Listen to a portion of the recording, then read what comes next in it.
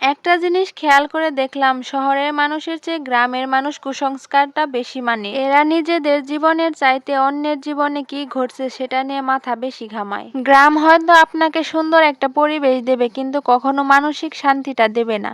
এইখানকার মহিলারা পরনিন্দায় ব্যস্ত থাকে আর পুরুষরা থাকে জমি জমা নিয়ে। কিছু কিছু মহিলারা আছে, আপনার যদি কিছু সমস্যা থাকে তাহলে আপনাকে সেটা নিয়ে সবসময় কথা শোনাতে থাকবে। কার হাঁড়িতে কি রান্না হচ্ছে সেগুলো খেয়াল করতেও তারা ভুলে যায় না।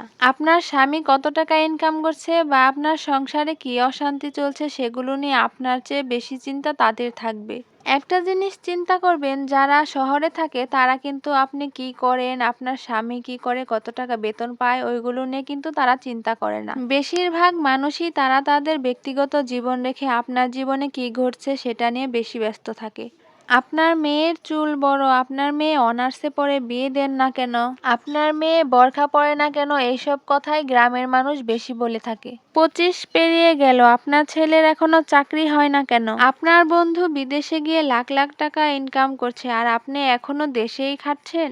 এইসব আজগুবি আজগুবি বিষয় নিয়ে তাদের মাথায় অনেক টেনশন। মাঝে মাঝে দেখবেন আপনার পরিবারও এইসব নিয়ে চিন্তিত না, অথচ তারা এইসব নিয়ে অনেক বেশি চিন্তিত।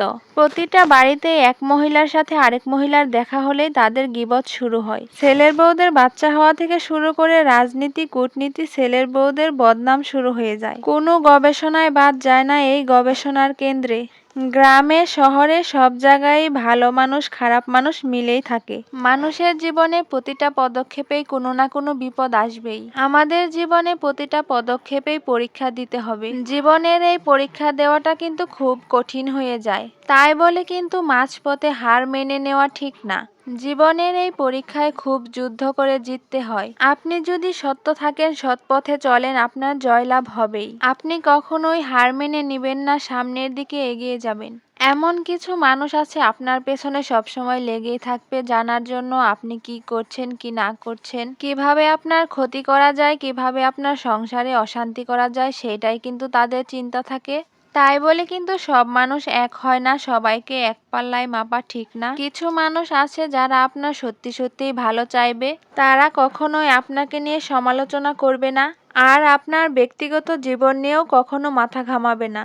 তো যাই হোক, আমি আজকে আপনাদের সাথে অনেক কথা বলে ফেললাম। আমার কথায় যদি আপনাদের খারাপ লাগে আমাকে ক্ষমার দৃষ্টিতে দেখবেন। আর আমার রান্নাগুলো কেমন হয়েছে অবশ্যই কিন্তু আমাকে কমেন্ট বক্সে জানাবেন। আমার ভিডিওটি ভালো লাগলে অবশ্যই আমাকে লাইক অ্যান্ড ফলো দিয়ে আমার পাশে থাকবেন। যাই হোক, আজকের ভিডিওটি কিন্তু এই পর্যন্তই ছিল। আগামী ভিডিও আসার আগ পর্যন্ত সবাই সুস্থ থাকবেন, ভালো থাকবেন। আল্লাহ হাফেজ।